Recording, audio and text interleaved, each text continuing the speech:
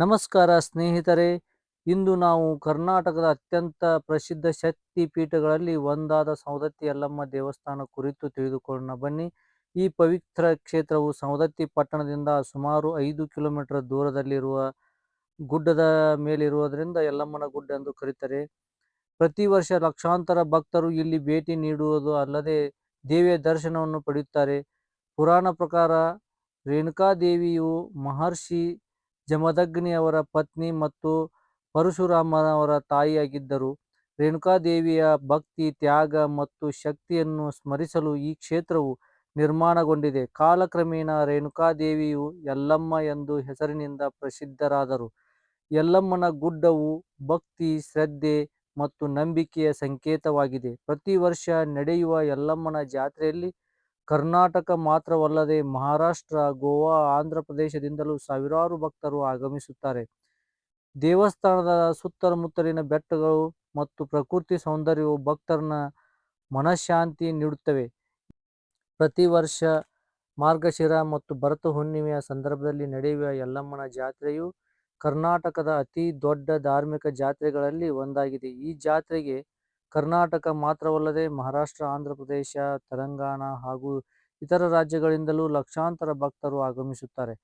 ಭಕ್ತರು ಉದೋ ಉದೋ ಯಲ್ಲಮ್ಮ ಜಯಘೋಷದೊಂದಿಗೆ ದೇವಿಯ ದರ್ಶನವನ್ನು ಪಡೆಯುತ್ತಾರೆ. ಜಾತ್ರೆಯ ಸಮಯದಲ್ಲಿ ಇಡೀ ಗುಡ್ಡವೇ ಭಕ್ತರಿಂದ ತುಂಬಿ ತುಳುಕುತ್ತದೆ.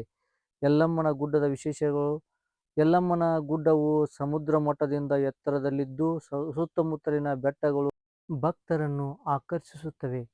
ದೇವಸ್ಥಾನದ ಆವರಣಗಳಲ್ಲಿ ಅನೇಕ ಪವಿತ್ರ ತೀರ್ಥಗಳು, ಮಂಟಪಗಳು ಮತ್ತು ಭಕ್ತರ ವಿಶ್ರಾಂತಿ ವ್ಯವಸ್ಥೆಗಳು. ವರ್ಷಪೂರ್ತಿ ಸಾವಿರಾರು ಭಕ್ತರು ಇಲ್ಲಿಗೆ ಭೇಟಿ ನೀಡುತ್ತಾರೆ.